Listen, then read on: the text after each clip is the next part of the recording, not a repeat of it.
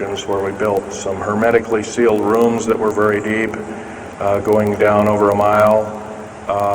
We also built additions onto Groom Lake and S2 and S4 complexes.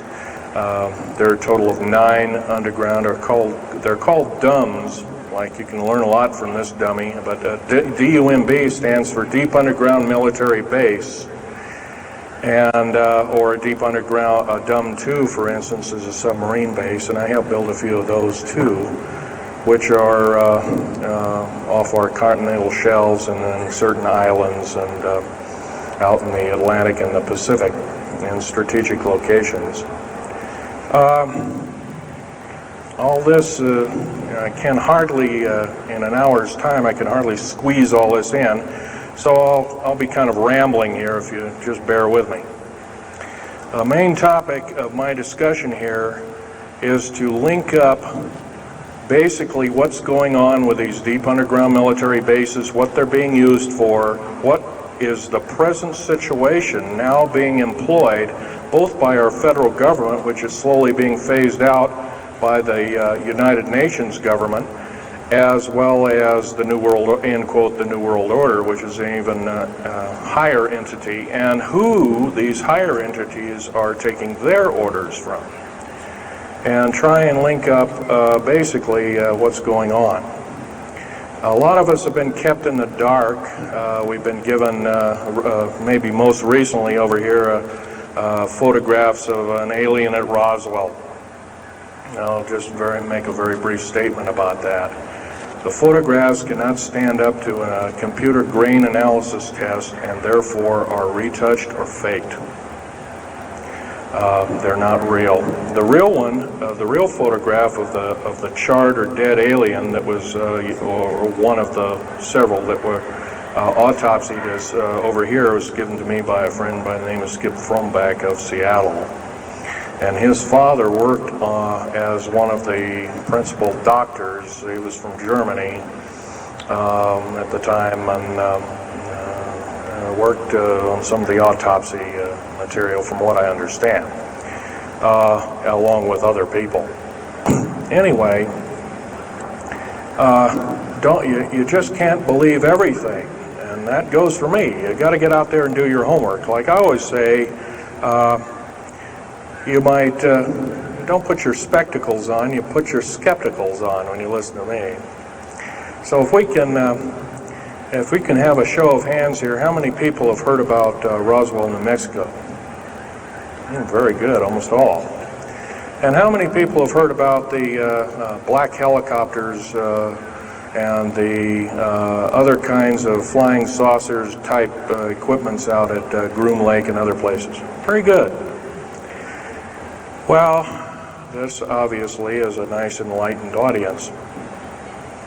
Most of you have probably seen what a black helicopter is, or maybe even gotten rare glimpses of an F-117A black jet, or stealth as they're often called,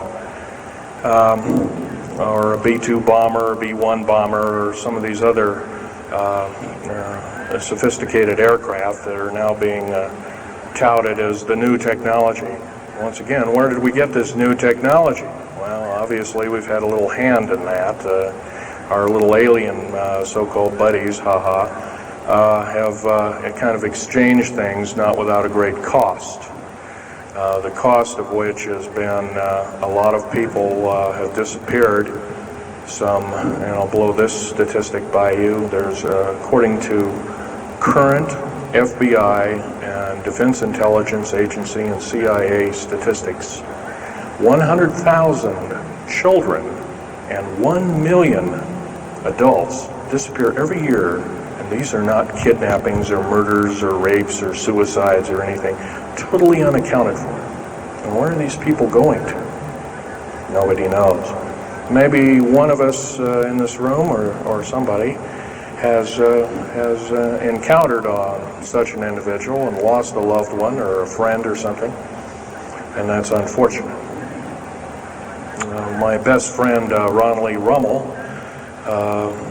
several years ago, got himself murdered because we dared to put out in print that time I was still working for the government, and so was he. We dared to put in print the so-called the Strategic Defense Initiative, or Star Wars, as part of the New World Order, and takes its actions. It was originally written as a kind of a spoof or a joke. We had one of these alien greys dressed up and had New World Order insignia on, and of course that wasn't taken very nicely, and my friend got himself murdered. It was called a suicide, but now it's been turned over to special authorities who now acknowledge it was a homicide. Other than that, I'd like to also mention something about my father. My father was a U-boat captain in Hitler's Navy, and he got captured and taken over. I didn't find this out until about 2 weeks before he died on his deathbed. He kind of told everybody in total shock. I was one of them. In fact, I didn't believe him. I thought he was kind of in delirium or something like that. And of course, other things have come up since. And so, anyway, he was captured by the French, turned over to the Third Army, the U.S. Third Army, and then U.S. Third Army turned him over to the Navy. And he was a master machinist. Now, that's not a journeyman. A master means that they can take a block of metal and make a gun or a watch or some other fine instrument. And he was a master machinist. He later became an MD doctor and part of the aerospace medicine group of the United States Navy. Was instrumental in helping build the USS Nautilus and its first nuclear-powered predecessor, the Enterprise, the first nuclear-powered aircraft carrier, and other ships like it. He pioneered all the ways in building very small and miniature nuclear engines, and he even helped work later on in his life. He helped develop the infamous grid bed nuclear motor, which is now employed in some things that look like flying saucers that people claim are flying saucers. Yes, we, in quote, the United States Air Force and other armed forces, are training other European forces to fly unidentified, or now identified, or, in quote, flying saucers. We've actually built several prototypes that are flying under names of black craft. My position as a geologist and engineer got me to see a lot of things in the world. I've been in over 70 countries. Also worked for NATO. I carried a level 3 security clearance with a rhyolite factor. Rhyolite is a hardened factor, only given out to a handful of civilians and maybe a couple of hundred military men worldwide. I thought I was doing the nation, United States, as well as the world a favor by, I thought I was kind of keeping my end up. Well, it didn't work out that way. I was to later find out that these underground bases are now being employed as strategic bases for, in case there is martial law in this country.